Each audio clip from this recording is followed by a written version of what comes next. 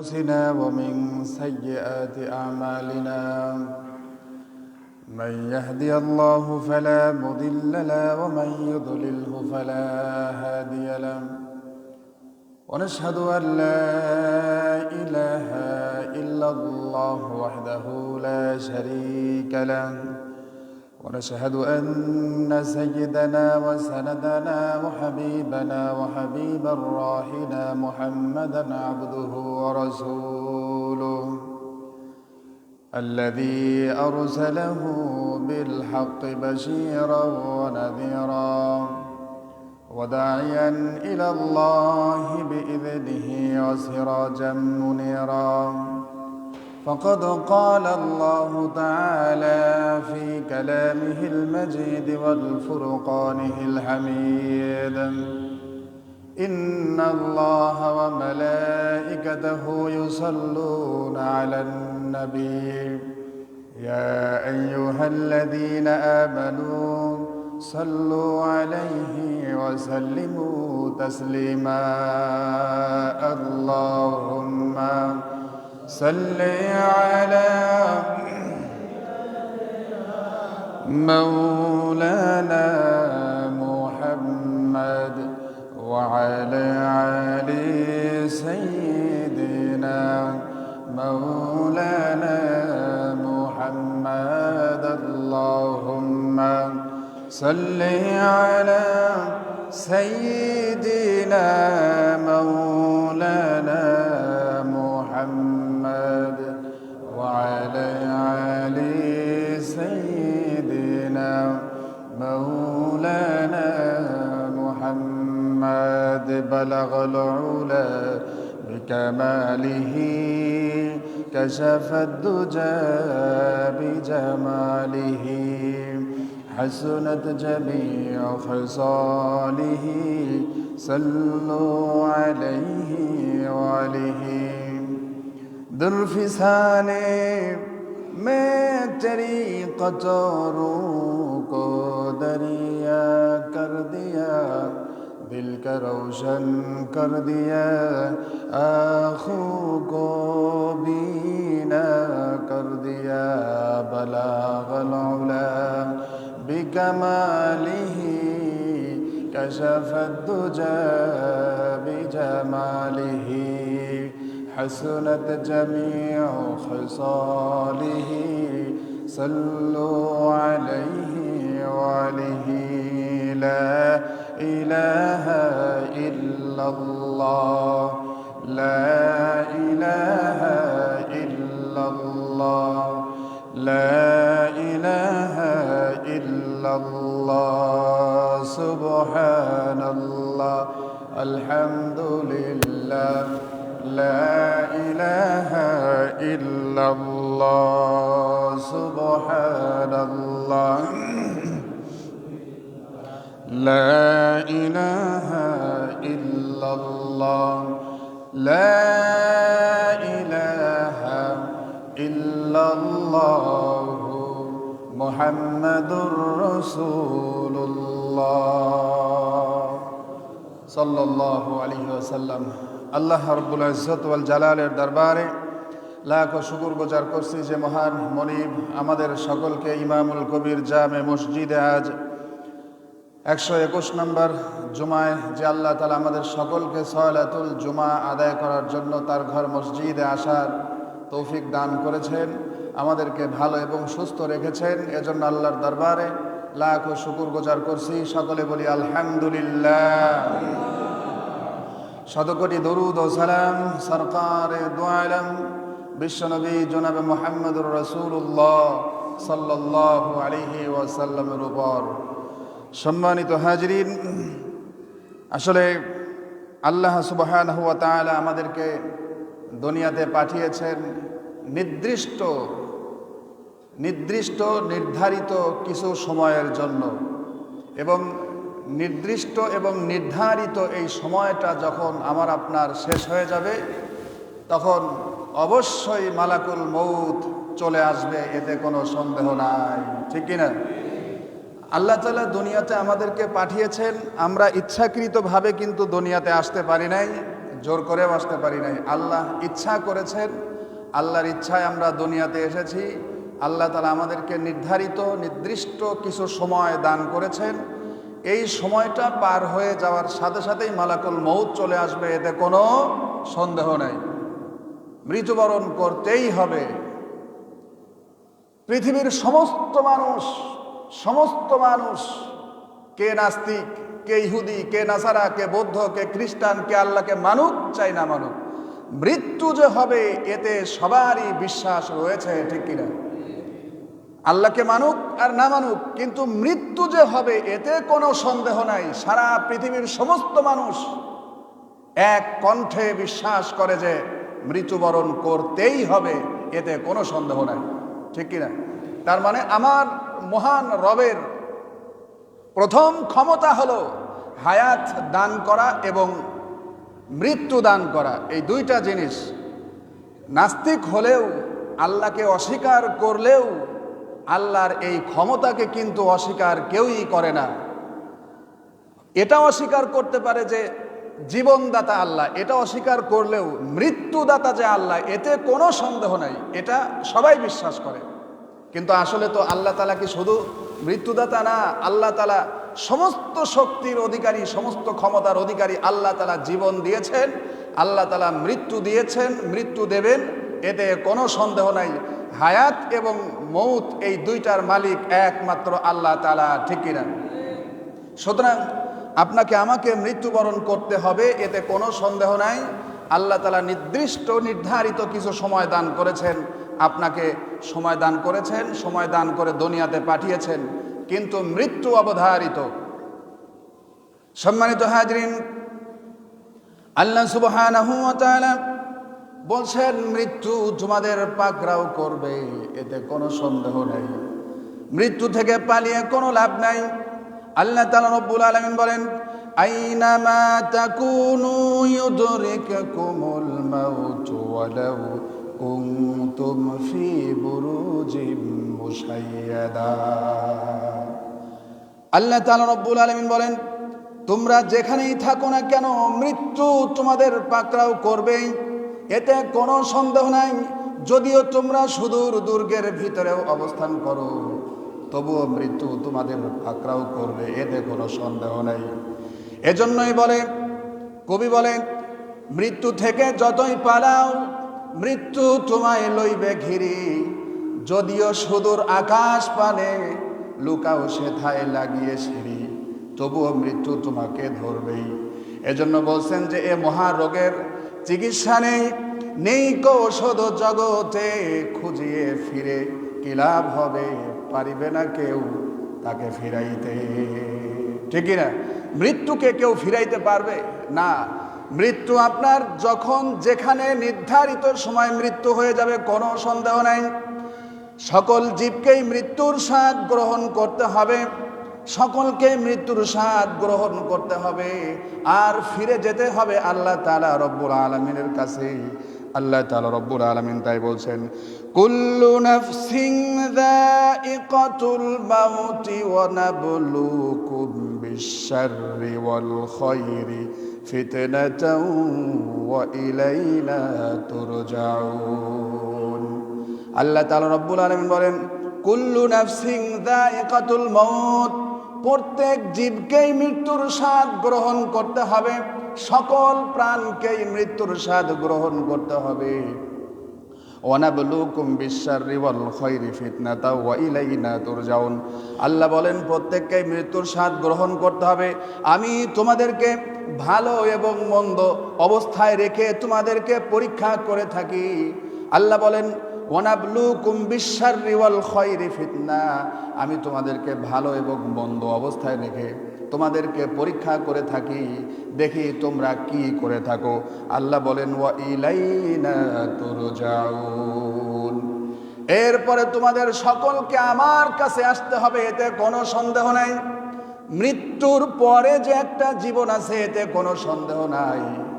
যারা মৃত্যুর পরের জীবনে বিশ্বাস করে না, ওই সমস্ত মানুষ কোনোদিন ইমানদার হতে পারে না, মুমিন হতে পারে না, মুসলমান হতে পারে না। আর যে ব্যক্তি মৃত্যুর পরের জীবন নিয়ে ভাবে, চিন্তা করে, গবেষণা করে, মৃত্যুর পরের জীবন নিয়ে ভাবে, চিন্তা করে, গবেষণা করে, দুনিয়াতে এসেছি মাত্র কয়েকটা মুহূর্তের জন্য, মৃত্যু অবধারিত। দাদা চলে গেছে, তার পূর্বের সমস্ত পূর্বপুরুষগুলো চলে গেছে, নিঃসন্দেহে আপনাকেও যেতে হবে, আমাকেও যেতে হবে, এতে কোনো সন্দেহ নাই। এইটা যারা চিন্তা করে, গবেষণা করে, মৃত্যুর পর একটা জীবন রয়েছে, সেই জীবনে আপনাকে উঠতে হবে, এই সমস্ত বিষয় নিয়ে যারা চিন্তা করে, গবেষণা করে, আল্লাহর কসম সে কোনোদিন কোরআনের বিরোধিতা করতে পারে না, সে কোনোদিন ইমানের বিরোধিতা করতে পারে না, নামাজ রোজা হজ যাকাতের বিরোধিতা করতে পারে না, সে কোনোদিন নাফরমানি করতে পারে না। মৃত্যু এবং মৃত্যুর পরের জীবন নিয়ে যে ভাবে, সে কোনোদিন আল্লাহর নাফরমানি করতে পারে না। ঠিক কিনা? মৃত্যুর পরের জীবন, মৃত্যু এবং মৃত্যুর পরের জীবন নিয়ে আপনাকে ভাবতে হবে। মৃত্যু এবং মৃত্যুর পরের জীবন নিয়ে যদি কেউ ভাবে, সে কখনো পাপ করবে না। এই তো মাত্র কয়েক মিনিট আগে, কিছুক্ষণ পূর্বে আমার একদম খুব কাছের একজন মুসল্লি বলে গেল, হুজুর মা মারা গেছে, দোয়া করবেন। নিজে হাতে দাফন কাফন সেরে এসেছেন, দোয়া চাইলেন মায়ের জন্য। আমরা তার মায়ের জন্য দোয়া করি, আল্লাহ তুমি ওই মুসল্লির মায়ের কবরকে জান্নাতের বাগান বানায় দাও। সকলে বলেন আমিন। আল্লাহ তার মায়ের কবরকে জান্নাতের বাগান বানায় দিন। সকলে বলি আমিন। সম্মানিত হাজিরিন, মৃত্যু নির্ধারিত, মৃত্যু আপনাকে হবে। সুতরাং যে কথা বলছিলাম, মৃত্যুকে নিয়ে ভাবতে হবে, মৃত্যুর পরের জীবন নিয়ে ভাবতে হবে। কাফের মুশরিকেরা মৃত্যুকে বিশ্বাস করে, কিন্তু মৃত্যুর পরের জীবন নিয়ে ওরা কখনো ভাবে না। কাফেরগণ মৃত্যুকে বিশ্বাস করে, কিন্তু মৃত্যুর পরে যে উঠতে হবে, আল্লাহর সামনে দাঁড়াতে হবে, মৃত্যুর পরের জীবনকে নিয়ে ওরা ভাবে না। ওরা মনে করে যে বেঁচে আছি, এখানেই সব শেষ হয়ে যাবে, এরপরে আর কোনো কিছু হবে না। জোরে বলি না আউযুবিল্লাহ।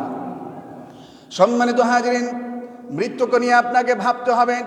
কিতাবের মধ্যে এসেছে, হাদিসের কিতাবের মধ্যে এসেছে, কবর আপনাকে প্রত্যেকটা দিন, এক নয় দুই নয়, কবর আপনাকে প্রত্যেকটা দিন ৭০ বার করে আপনাকে ডাকতে থাকেন। কবর আপনাকে প্রতিদিন ৭০ বার করে ডাকেন, এই অমক, খবরদার খবরদার, আল্লাহর নাফরমানি করবে না, কোরআনের বিরোধিতা করবে না, নামাজ ছাড়বে না, ভালো ভালো কাজ করো। কবর প্রত্যেকটা দিন ৭০ বার করে আপনাকে ডাকে, আমার বুকের উপরে আল্লাহর নাফরমানি করছো, তোমাকে কিন্তু আমার পেটের মধ্যে আসতে হবে, আমার পেটের মধ্যে আসতে হবে।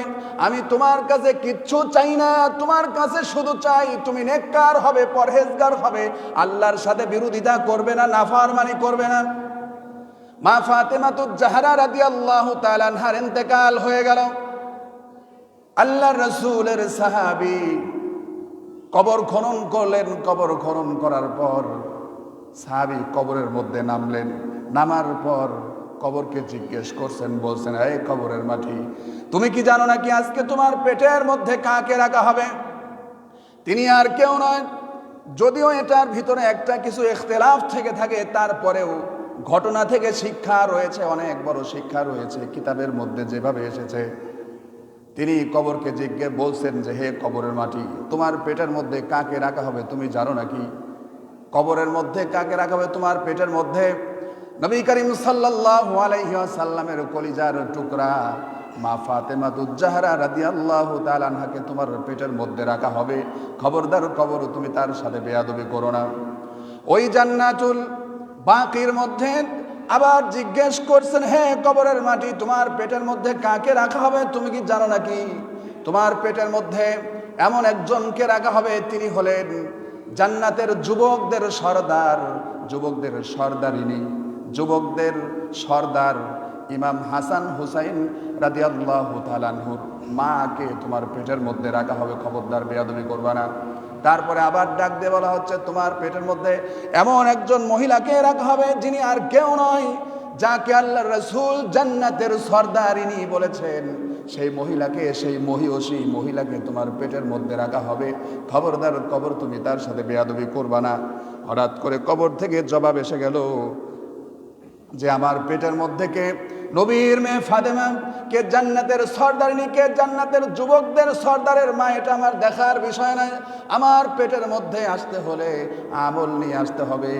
যে আমার পেটের মধ্যে আমল নিয়ে আসবে তার জন্য আমি হব জান্নাত। জোরে বলি সুবহানাল্লাহ। সাহাবী কবরের থেকে লাফ দিয়ে উঠেছেন, দৌড়ে চলে গেছেন। জীবনে আর কোনোদিন ঘর সংসার করতে পারে নাই। কবর এমন একটা জিনিস, কবর এমন একটা জিনিস, এই ঘরে আপনার সকলকেই প্রবেশ করতে হবে, কবরে সকলকেই যেতে হবে। হাসরের আখেরাতের প্রথম মঞ্জিল হলো কবর। কবরে যদি কেউ বেঁচে যায়, কবরে যদি কেউ বেঁচে যায়, প্রত্যেকটা মঞ্জিলে সে বেঁচে যাবে। আর কবরে যদি কেউ আটকা পড়ে যায়, তাহলে তার জন্য প্রত্যেকটা মঞ্জিলে বাধাগ্রস্ত হবে, ক্ষতিগ্রস্ত হবে। জাহান্নাম ছাড়া কোনো উপায় থাকবে না। জোরে বলি নাউজুবিল্লাহ। সম্মানিত হাজিরিন, সুতরাং কবরের দিকে খেয়াল করতে হবে, কবরের কথা চিন্তা করতে হবে। কারণ আপনাকে নিয়ে প্রতিদিন ৭০ বার আপনাকে কবর ডাকছে। আপনি কয়বার কবরের কথা স্মরণ করেন? কয়বার কবরের কথা স্মরণ করেন? আল্লাহ রাসূল বলেন, অধিক পরিমাণে কবরের কথা স্মরণ করো, অধিক পরিমাণে কবরের কথা স্মরণ করো। আল্লাহর হাবিব বলেন, হযরত আবু হুরায়রা রাদিয়াল্লাহু তাআলা আনহু থেকে হাদিসটা বর্ণিত, ক্বালা রাসূলুল্লাহ সাল্লাল্লাহু আলাইহি ওয়াসাল্লাম, আকসিরুয যিকরা হাদিমিল লাযযাতিল মাউত, অধিক পরিমাণে মৃত্যুকে স্মরণ করো, কেননা মৃত্যু তোমাকে দুনিয়ার সমস্ত স্বাদকে নষ্ট করে দেয়। অধিক পরিমাণে মৃত্যুর কথা স্মরণ করলে কি হবে? গুনাহ করতে চাইলে গুনাহ করতে পারবা না। তুমি গুনাহরত অবস্থায় যদি চিন্তা করো, এটা যদি আমার জীবনের সর্বশেষ সময় হয়ে যায়, তুমি গুনাহ করতেছো, নাফরমানি করতেছো, আল্লাহর বিরোধিতা করতেছো, পাপ কাজে লিপ্ত রয়েছো, এমন সময় যদি চিন্তা করো এমতো অবস্থায় যদি আমার মৌত হয়ে যায়, তাহলে পাপ করা অবস্থায় মৃত্যু হবে।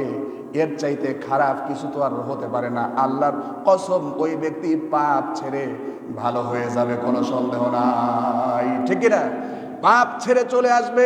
এজন্য আল্লাহ রাসূল বলেন, অধিক পরিমাণে মৃত্যুর কথা স্মরণ করো। আকসিরুয যিকরা হাদিমিল লাযযাতিল মাউত, অধিক পরিমাণে মৃত্যুকে স্মরণ করো। মৃত্যু তোমার দুনিয়ার স্বাদকে নষ্ট করে দেয়, আর মৃত্যু তোমার পাপ থেকে ফিরায় নিয়ে আসবে। মৃত্যু শুধুমাত্র ঈমানদার মুমিন মুত্তাকীদের জন্য হলো উপহার স্বরূপ, আর যারা বেঈমান নাফরমান তাদের জন্য সবচাইতে বড় কষ্টদায়ক বিষয় হলো মৃত্যু। বেঈমান মুনাফিক এরা মৃত্যু চায় না, বেঈমান মুনাফিক নাফরমান এরা কখনোই মৃত্যু চায় না, এরা কখনো মৃত্যু চায় না। তা কারণ তারা নিজেরা জানে তো তারা পাপী, ঠিক কিনা? তারা নিজেরা জানে যে তারা পাপী, এজন্য তারা মৃত্যু চায় না। তারা আরো সময় চায়, আল্লাহ সময় দাও, হায়াত বাড়ায় দাও, আরো পাপ করি, মরার আগের দিন তওবা করে যাব, এই চিন্তা করে। সম্মানিত হাজরিন, সুতরাং ওদের কপালে ওদের থেকে ফিরে আসতে হবে, ভালো করে খালেস নিয়তে তওবা করতে হবে। যেটা বলছিলাম, কাফের মুশরিক মুনাফিকরা মৃত্যু পছন্দ করে না, কিন্তু আল্লাহর হাবিব বলেন ইমানদার মুমিন মুত্তাকিন সর্বদা মৃত্যুর জন্য প্রস্তুত থাকে। জোরে বলি সুবহানাল্লাহ।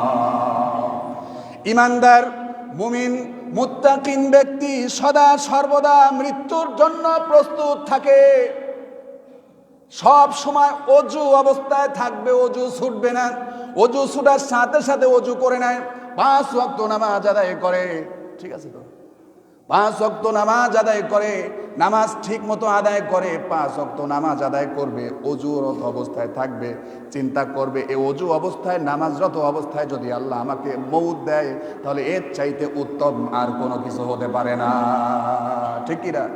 এই চিন্তা করে আল্লাহ রাসূলের জন্য বলছেন, হাদিসের মধ্যে এসেছেন আব্দুল্লাহ ইবনে ওমর রাদিয়াল্লাহু তাআলা আনহু থেকে হাদিসটা বর্ণিত। আল্লাহ রাসূল বলেন, তুহফাতুল মুমিনিনাল মাউত, মৃত্যু হলো ঈমানদার মুমিন মুত্তাকিনদের জন্য উপহার স্বরূপ। মৃত্যুর উপহার পাওয়ার সাথে সাথে সোজা জান্নাতে চলে যায়। জোরে বলি সুবহানাল্লাহ। সম্মানিত হাজিরিন, সুতরাং ঈমানদার হতে হবে, মুমিন হতে হবে, মুত্তাকি হতে হবে। সুতরাং মৃত্যুর কথা বেশি করে স্মরণ করুন। আল্লাহ তাআলা বলেন, কুল্লু নাফসিন যায়িকাতুল মাউতি ওয়া নাবলুকুম বিশ-শাররি ওয়াল খায়রি ফিতনাতাও ওয়া ইলাইনা তুরজাউন। সকলকেই মৃত্যুর স্বাদ গ্রহণ করতে হবে। আমি তোমাদেরকে ভালো এবং খারাপ অবস্থাতে রাখি, কারণ হলো আমি তোমাদেরকে পরীক্ষা করতে চাই। ওয়া ইলাইনা তুরজাউন, আর এমতো অবস্থায় তোমরা কে কি করেছো সেটা আমি দেখব, তোমাদেরকে আমার কাছে ফিরে আসতে হবে। সম্মানিত হাজরিন, দেখুন আল্লাহ তাআলা রব্বুল আলামিন আপনাকে পরীক্ষা করছেন। এটা আপনার জীবনের ক্ষয়ক্ষতির দ্বারা হতে পারে, আপনার সম্পদের ক্ষয়ক্ষতির দ্বারা হতে পারে, আপনার রোগ বালা মুসিবতের দ্বারা হতে পারে। আল্লাহ আপনাকে পরীক্ষা করে থাকেন।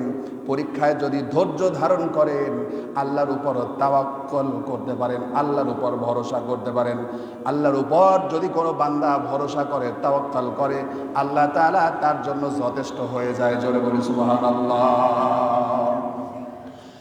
আল্লাহ তাআলা রব্বুল আলামিন বলেন, وَلَنَبْلُوَنَّكُمْ بِشَيْءٍ مِّنَ الْخَوْفِ وَالْجُوعِ وَنَقْصٍ مِّنَ الْأَمْوَالِ وَالْأَنفُسِ وَالثَّمَرَاتِ وَبَشِّرِ الصَّابِرِينَ।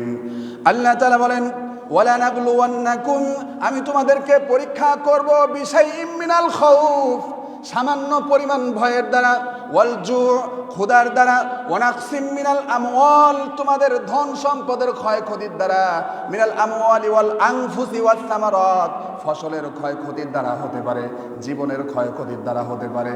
যদি তোমরা ধৈর্য ধারণ করো, তাহলে আল্লাহ তাআলা রব্বুল আলামিন বলেন, ইন্নাল্লাহা মা'আস সাবিরিন। আল্লাহ বলেন, যারা ধৈর্য ধারণ করবে, আমি আল্লাহ তাআলা রব্বুল আলামিন ধৈর্যশীল বান্দাদের সাথে থাকি। ধৈর্য ধারণ করেছিলেন হযরত ইব্রাহিম আলাইহিস সালাতু ওয়াস সালাম, পুরস্কার পেয়ে গেলেন। ধৈর্য ধারণ করেছিলেন হযরত ইসমাঈল আলাইহিস সালাতু ওয়াস সালাম। ইব্রাহিম আলাইহিস সালামকে আল্লাহ হুকুম করলেন, কুরবানি করো তোমার সন্তান ইসমাঈলকে। ইব্রাহিম আলাইহিস সালাতু ওয়াস সালাম তাওয়াক্কালতু আলাল্লাহ, আল্লাহর উপর তাওয়াক্কাল করে সোজা কুরবানি করার জন্য তলোয়ার হাতে নিয়ে ছুটলেন মিনার ময়দানে।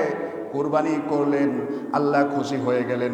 কুরবানির বদলায় আল্লাহ তাআলা জান্নাতি দুম্বা কুরবানি দিয়ে আল্লাহ তাআলা পুরস্কার দান করলেন। জোরে বলি সুবহানাল্লাহ। সুতরাং আপনাকে ধৈর্য ধারণ করতে হবে, আল্লাহর উপর তাওয়াক্কাল করতে হবে, মৃত্যুর কথা বারবার স্মরণ করতে হবে। কারণ আল্লাহ তাআলা রব্বুল আলামিন বলেন, আল্লাযী খালাকাল মাউতা ওয়াল হায়াতা লিয়াবলুয়াকুম আইয়ুকুম আহসানু আমালা।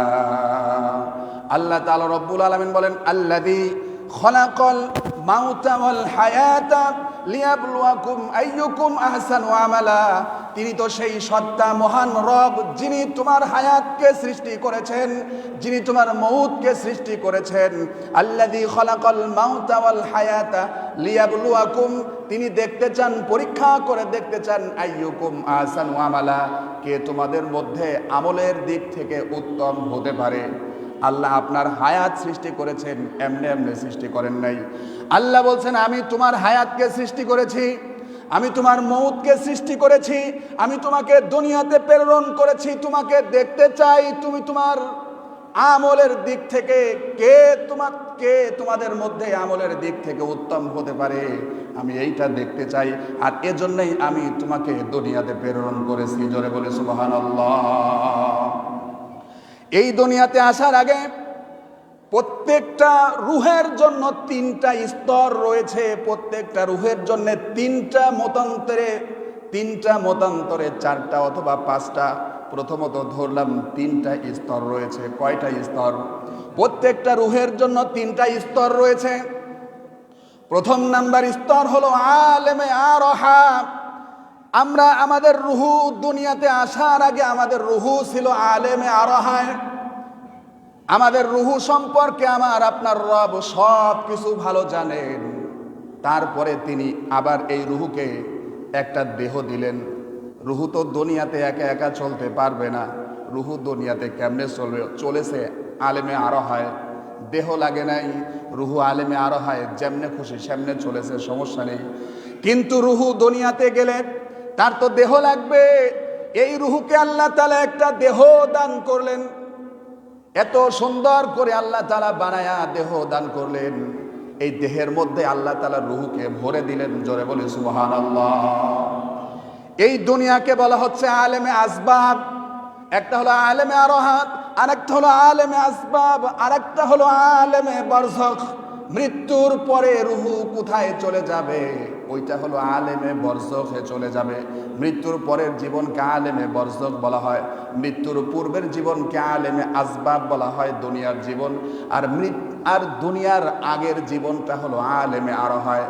আমরা আলেমে আরহায় ছিলাম, সেখান থেকে আল্লাহ আমাদেরকে আলেমে আসবাবে পাঠিয়েছেন। কেন পাঠিয়েছেন সেই কথা আগেই বললাম। আল্লাহ তাআলা বলেন, আল্লাযী খালাকাল মাউতা ওয়াল হায়াতা লিয়াবলুয়াকুম আইয়ুকুম আহসানু আমালা।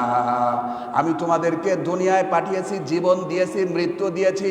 রুহের কিন্তু কোনো মৃত্যু নাই, মৃত্যু হবে দেহের, ঠিক কিনা? কার মৃত্যু হবে? কার মৃত্যু হবে? দেহের মৃত্যু হবে, রুহের কোনো মৃত্যু নাই। এই দেহের মৃত্যু হবে। আল্লাহ তাআলা দেহের জীবন এবং মৌত সৃষ্টি করেছেন শুধুমাত্র দেখতে চান যে তুমি আমলের দিক থেকে কে আমলের দিক থেকে উত্তম আমল করতে পারে, এটা আল্লাহ তাআলা রব্বুল আলামিন দেখতে চান, তাই জন্য দুনিয়াতে পাঠিয়েছেন। শুধু তাই নয়, আরেক জায়গায় আল্লাহ তাআলা বলেছেন, আল্লাহ তাআলা রব্বুল আলামিন বলেন, আমি মানুষকে সৃষ্টি করেছি, ওয়ামা খালাকাতুল জিন্না ওয়াল ইনসা ইল্লা লিয়াবুদুন। আমি মানুষ আর জিন জাতিকে সৃষ্টি করেছি শুধুমাত্র আমি আল্লাহ তাআলা রব্বুল আলামিনের ইবাদত বন্দেগী করার জন্য। কিন্তু আমরা দুনিয়াতে এসে কার ইবাদত করি? কার কতটুকুন ইবাদত করলাম, কতটুকুন ইবাদত করলাম এটা চিন্তা করার বিষয়। আল্লাহর পক্ষে কতটুকুন সময় রইলেন আর আল্লাহর বিপক্ষে কতটুকুন সময় রইলেন। সম্মানিত হাজিরিন, আল্লাহ তাআলা এটাই দেখতে চান। আল্লাহ আপনাকে সৃষ্টি করেছেন শুধুমাত্র তার ইবাদত বন্দেগী করার জন্য। আল্লাহ দেখতে চান আমলের দিক থেকে কে কতটুকুন ভালো হতে পারে, আল্লাহ এটা দেখতে চান। সম্মানিত হাজিরিন, মৃত্যু এসে যাবে, আমরা চলে যাব, এতে কোনো সন্দেহ নাই। মৃত্যুর যন্ত্রণা আপনাকে পাকড়াও করবে, সাকরাতুল মউত কায়েম হয়ে যাবে। নির্ধারিত সময় মৃত্যু চলে আসবে, এর হাত থেকে বাঁচা কখনোই সম্ভব নয়। এজন্যই তো কবর প্রতিদিন 70 বার করে আপনাকে স্মরণ করায় দিচ্ছেন। শয়তান আপনাকে মৃত্যুর কথা ভুলিয়ে দেয়। কে ভুলিয়ে দেয়? শয়তান আপনাকে মৃত্যুর কথা ভুলিয়ে দেয়। আর আল্লাহ আপনাকে বারবার মৃত্যুর কথা স্মরণ করতে বলেছেন। আল্লাহ রাসূল বলেন, কবর 70 বার তোমার কথা স্মরণ করে, তুমি কতবার স্মরণ করো? আল্লাহ রাসূল বলছেন, বেশি বেশি করে মৃত্যুর কথা স্মরণ করো, তাহলে তুমি ভালো হয়ে যাবা, পাপ কর্ম ছেড়ে দিবা, অবশ্যই তোমার আমলগুলোকে পরিবর্তন হয়ে যাবে। মৃত্যুর কথা কেমন স্মরণ করবে? একজন বাদশাহ বলছে, আমি তো 1000 বার মৃত্যুর কথা স্মরণ করি, কিন্তু আমার তো পরিবর্তন আসে না। আলেম বলছে, আপনি তো মৃত্যুর কথা স্মরণই করেন না। বাদশাহ বলছে, না, আমি মৃত্যুর কথা স্মরণ করি, কিন্তু আমার পরিবর্তন হয় না। আল্লাহ রাসূল বলছেন, মৃত্যুর কথা স্মরণ করো, তোমার পরিবর্তন এসে যাবে। আর বাদশাহ বলছে, আমি মৃত্যুর কথা স্মরণ করি, কিন্তু আমার কোনো পরিবর্তন আসে না। আলেম বলছেন, আপনার মৃত্যুর কথা স্মরণ করা হয় না, ঠিক কিনা? মৃত্যুর কথা স্মরণ করা হয় না। বলছে, তাহলে কিভাবে স্মরণ করতে হবে আমাকে দেখায় দাও। আলেম বলছেন, ঠিক আছে, দেখায় দিব, আপনি তো বাদশাহ, ঠিক আছে, আপনি বাদশাহ, আপনি আজ থেকে 10টা দিন আমাকে সময় দেন, আর এই গোটা রাজ্যের বাদশাহীটা আপনি আমাকে দিয়ে দেন। আপনি প্রজা হয়ে যাবেন, আপনি প্রজা হয়ে যাবেন, কোনো ক্ষমতাই থাকবে না আপনার। আমাকে বাদশাহী দিয়ে দেন, তারপরে আপনাকে দেখাবো। বাদশাহ বললেন, পরিবর্তন হতে হবে, ঠিক আছে, অবশ্যই আমি আমার সমস্ত লোকদেরকে ডেকে বলে দিব। নির্ধারিত সময়ে বাদশাহ বললেন, এই সেনাপতি, সেনাবাহিনী, আর্মি, পুলিশ, বিডিআর সব এদিকে আসো, যত বাহিনী আসো সব এদিকে আসো। অমুক সময়ের অমুক টাইম থেকে আমার সমস্ত ক্ষমতা ত্যাগ করে আমি আমার চেয়ারে এই আলেমকে বসায় দিলাম। অমুক সময় থেকে তোমরা এই আলেমের কথা মানবা, এই আলেম যা বলে তাই শুনবা। উনি হলেন আগামী থেকে তোমাদের রাষ্ট্রনায়ক, উনি তোমাদের রাষ্ট্রনায়ক, উনি দেশ পরিচালনা করবেন। আমি সব কিছু তার হাতে দিয়ে দিলাম। এই কথা বলার পর রাজা নিজের সিংহাসন ছেড়ে সিংহাসনে আলেমকে বসায় দিলেন। বসায় দেওয়ার মাত্র 7 দিন অতিবাহিত হতে না হতেই এইবার আলেম সাহেব হুজুর এবার কি করেছেন, ওই যে আগের বাদশাহ তাকে ধরেছেন। সেনাবাহিনীকে ডাক দিয়ে বললেন, একে ধরো, একে ধরে পাকড়াও করো, জেলখানায় ঢুকায় দাও। জেলখানায় ঢুকায় দেওয়া হলো। এরপরে আরো কিছুদিন অতিবাহিত হওয়ার পর এরপরে জেলের জেলার গিয়ে তাকে বলছেন, বাদশাহ সাহেব, এমন একজন জালিমকে আপনি আপনার চেয়ারে বসাইছেন, সে আপনাকে জেল খাটাচ্ছে। শুধু কি জেল খাটায় শেষ করলো নাকি, এ আলেম কি করেছে, আগামী অমুক তারিখে অমুক সময় অতটার সময় আপনার ফাঁসি কার্যকর করার কথা বলেছেন। আপনার ফাঁসি কার্যকর করতে হবে, উপায় নাই, আমাদেরকে তো মানতেই হবে, আপনি আপনার মৃত্যুর জন্য প্রস্তুতি গ্রহণ করুন। এইবার জেলখানার মধ্যে রাজার অবস্থা যাই অবস্থা শুরু হয়ে গেছে। সময় যত যাচ্ছে মৃত্যুর যন্ত্রণা তাকে তত বেশি ছটফট করাচ্ছে। কি করেছি, ভুল করেছি, আল্লাহ মাফ করো আমাকে, আমাকে ক্ষমা করো। তাবা বারবার তওবা করছে, ইস্তেগফার করছে, আল্লাহর কাছে ক্ষমা চায়। এইভাবে করে করে যাচ্ছে। যাইতে যাইতে যেদিন তার নির্ধারিত সময় চলে এসেছে, ওই দিন এমন ভাবে মৃত্যুর চিন্তায়, এমন ভাবে ভয়ে থরথর করে কাঁপছে। আমল পরিবর্তন হয়ে গেছে, আল্লাহর সাথে সম্পর্ক হয়ে গেছে। নির্ধারিত সময় আসার পর আলেম সাহেবের শেষ দেখা, তার সাথে দেখা করতে আসছে। আসার পর যখন তার ফাঁসি হবে, ঠিক এমন সময় এসে বলছেন, আল্লাহর বান্দা, আপনি আমাকে বলেছিলেন মৃত্যুর কথা স্মরণ করলে নাকি পরিবর্তন হয় না। এখন এই মুহূর্তে আপনি আপনার বুকের উপর হাত রেখে বলেন তো আপনার পরিবর্তন হয়েছে কিনা। এক ডাকে চিৎকার দিয়ে বলে উঠেছে, আল্লাহু আকবার, মৃত্যুর কথা স্মরণ করলে অবশ্যই পরিবর্তন হয়। আসলে আমি তো মৃত্যুর কথা আগে স্মরণ করতাম না, ওইভাবে হয় নাই, কিন্তু এই জেলখানার মধ্যে আসার পর এমনভাবে মৃত্যুর কথা আমার স্মরণ হয়েছে যে আমার পুরো জীবনের সমস্ত আমলগুলো পরিবর্তন হয়ে গেছে। জোরে বলি সুবহানাল্লাহ। মৃত্যুকে স্মরণ করতে হবে, সুতরাং ওইভাবে মৃত্যুকে স্মরণ করতে হবে। আমরা কিভাবে মৃত্যুকে স্মরণ করি, যে মৃত্যু আমাদেরকে পাপ থেকে আমাদেরকে দূরে রাখতে পারে না। মৃত্যুর কথা স্মরণ করতে হবে, সেইভাবে স্মরণ করতে হবে। আল্লাহ তাআলা রব্বুল আলামিন বলেন, وجاءت سكرة الموت بالحق ذلك ما كنت منه تحيد। আল্লাহ তাআলা বলেন, মৃত্যু অবশ্যই তোমাদেরকে পাকড়াও করবে, মৃত্যুর যন্ত্রণা নিশ্চিত আসবে, এতে কোনো সন্দেহ নাই। আল্লাহ তাআলা রব্বুল আলামিন বলেন, قل إن الموت الذي تفرون منه فإنه ملاقيكم ثم تردون إلى عالم الغيب والشهادة فينبئكم بما كنتم تعملون। আল্লাহ তাআলা রব্বুল আলামিন বলেন, এদেরকে বলো যে মৃত্যু হতে তোমরা পালাচ্ছ, এই মৃত্যু তোমাদের কাছে আসবেই, তোমাদের সাথে মোলাকাত করবেই, এর থেকে পালিয়ে কোনো লাভ নাই, মোলাকাত করবেই। আর তোমাদেরকে তার কাছেই ফিরে যেতে হবে, যে আল্লাহ তাআলা রব্বুল আলামিন তোমাদের সমস্ত পাপ এবং পুণ্যের সাক্ষী। ঠিক না?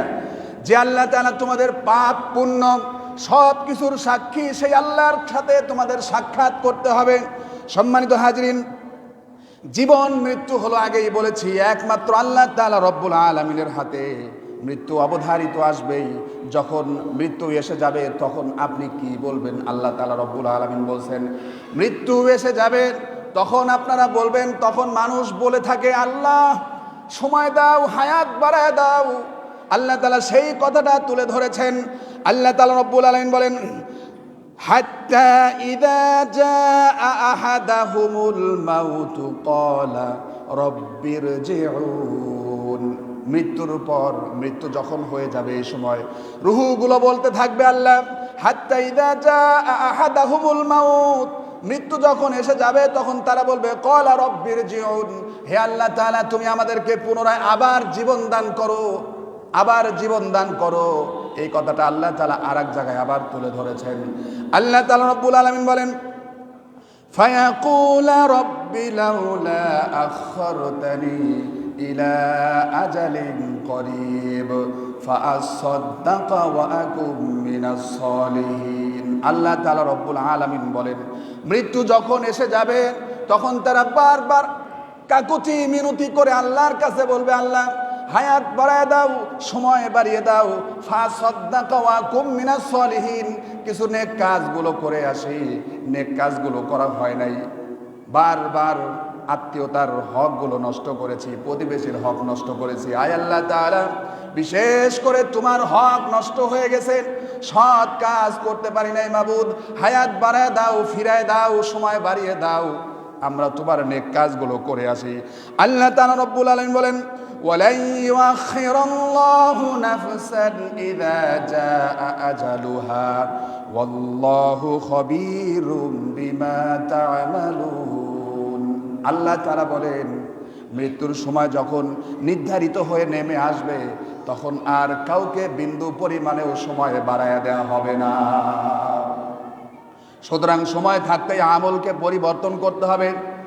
যে মালাকুল মউত আজরাইল প্রত্যেকটা প্রাণীর জান কবজ করে থাকেন, ওই আজরাইল আলাইহিস সালাতু ওয়াস সালাম তারও মৃত্যু হবে, কোনো সন্দেহ নাই। তামাম পৃথিবীর সমস্ত মাখলুক যখন মৃত্যুবরণ করবে, জিন ফেরেশতা মানুষ যত প্রকারের মাখলুক আল্লাহ তাআলা সৃষ্টি করেছেন, 1 লক্ষ মতান্তরে 18,000 মাখলুকাত আল্লাহ তাআলা সৃষ্টি করেছেন, আরো অসংখ্য মাখলুকাত সৃষ্টি করেছেন। সমস্ত মাখলুকাতের জান কবজ করবে আজরাইল।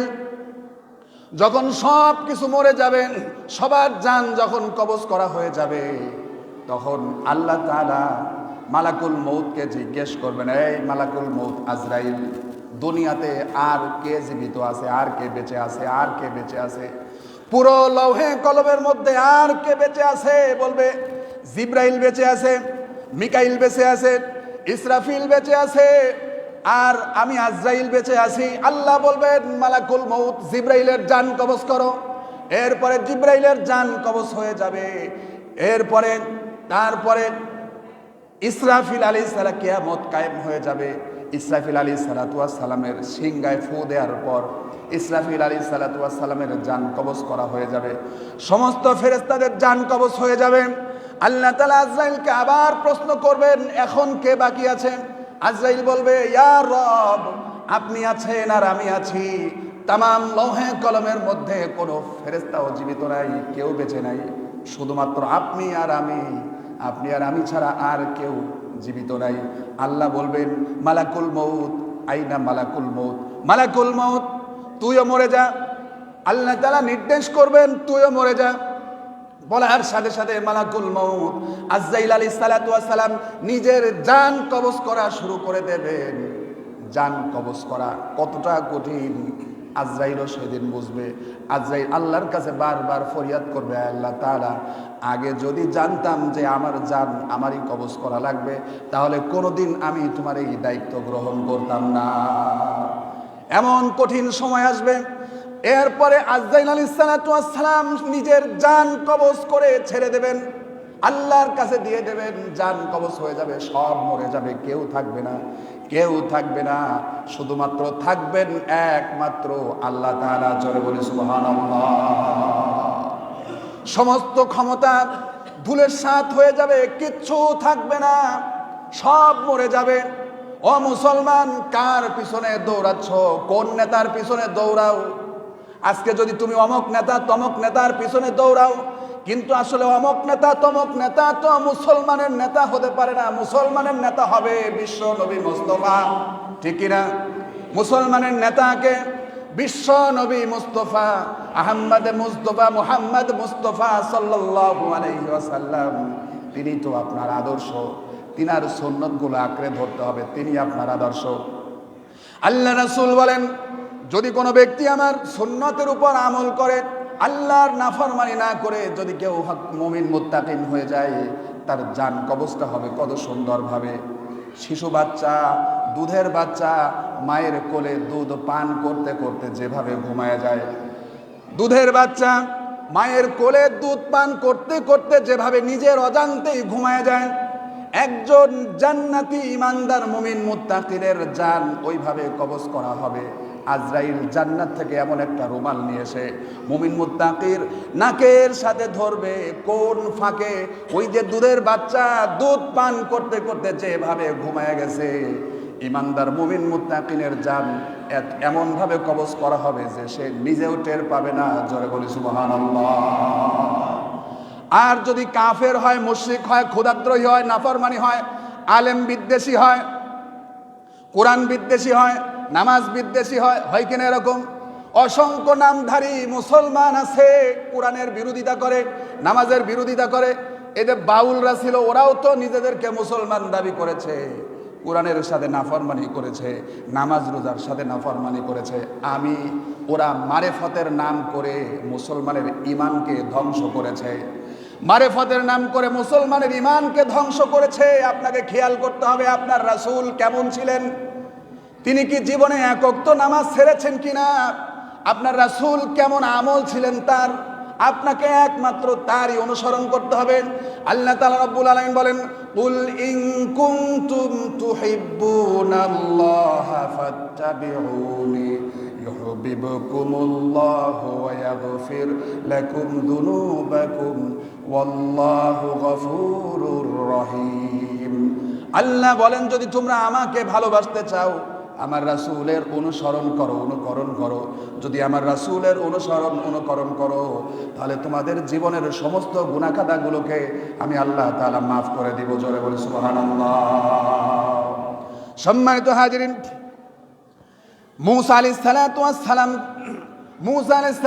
সালামের জান কবজ করার জন্য আজরাইল চলে আসছে।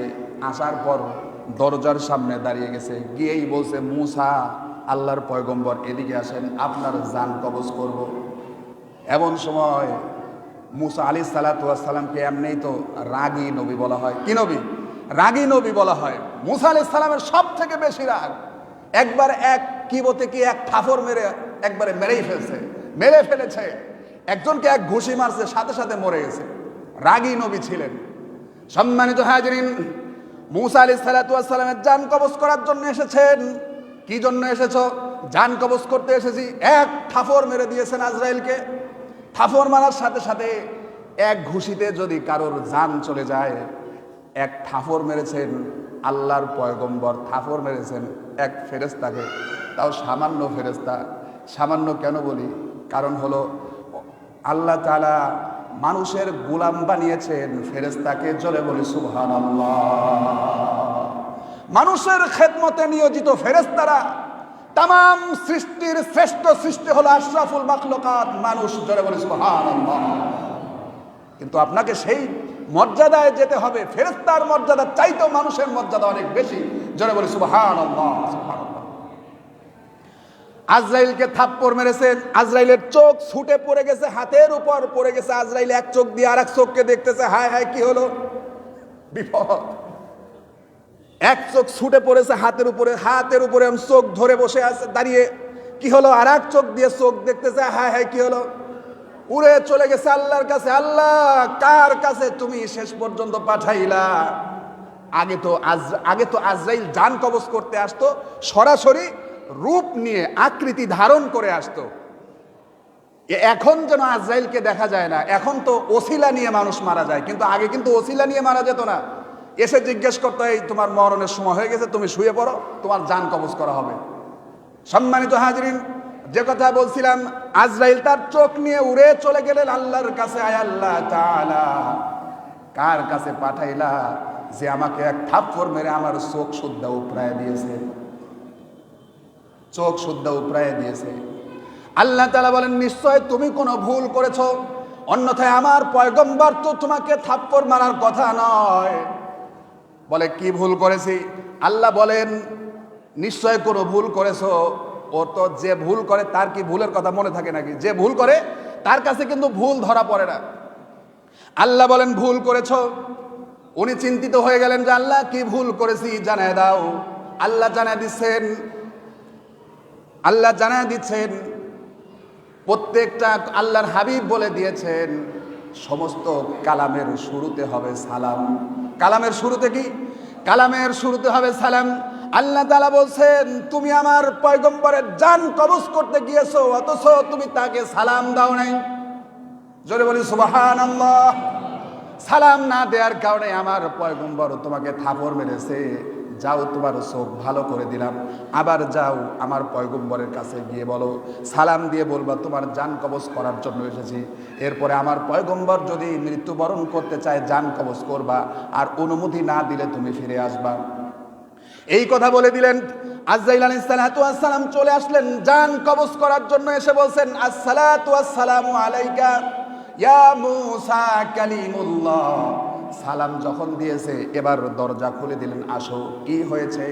আজরাইল বলছে, আল্লাহ আপনাকে আপনার সাথে মুলাকাত করবেন, আপনার জান কবজ করতে বলেছেন, আপনি যদি রাজি হন তাহলে জান কবজ করব। এমন সময় মূসা আলাইহিস সালাতু ওয়াস সালাম বলছেন, এখনই কি জান কবজ করা লাগবে?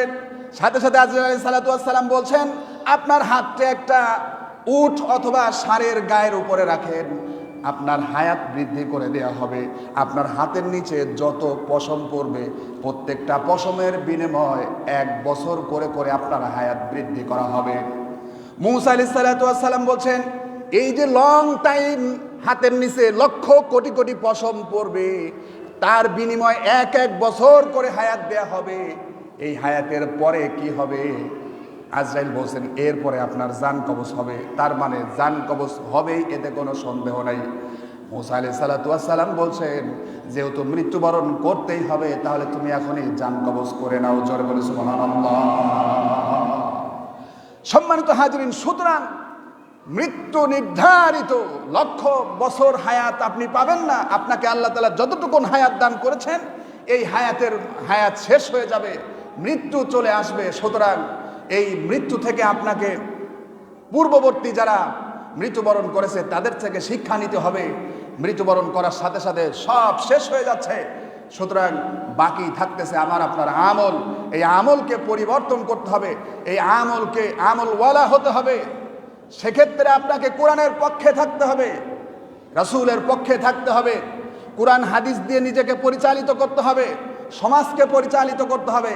রাষ্ট্রকেও আল্লাহ রাসূল যে নিয়ম নীতি দিয়ে রাষ্ট্র পরিচালনা করেছেন, আপনি মুসলিম হিসাবে আপনার উপর দায়িত্ব আপনাকে ওই নিয়ম নীতি দিয়ে রাষ্ট্র পরিচালনা করা, ঠিক কিনা? অন্যথায় হক আর বাতিল দুইটা পক্ষ হয়ে যাবে। আপনি কোন পক্ষে থাকবেন, হকের পক্ষে না বাতিলের পক্ষে? কথা বলেন না কেন? হকের পক্ষে থাকবেন না বাতিলের পক্ষে? আমরা সবাই হকের পক্ষে থাকব। আল্লাহ তাআলা আমাদের সকলকেই যেন হকের উপরে মৃত্যুবরণ করার তৌফিক দান করেন। সকলে বলি আমিন। ওয়া আখিরি দাওয়ানা আলহামদুলিল্লাহি রাব্বিল আলামিন।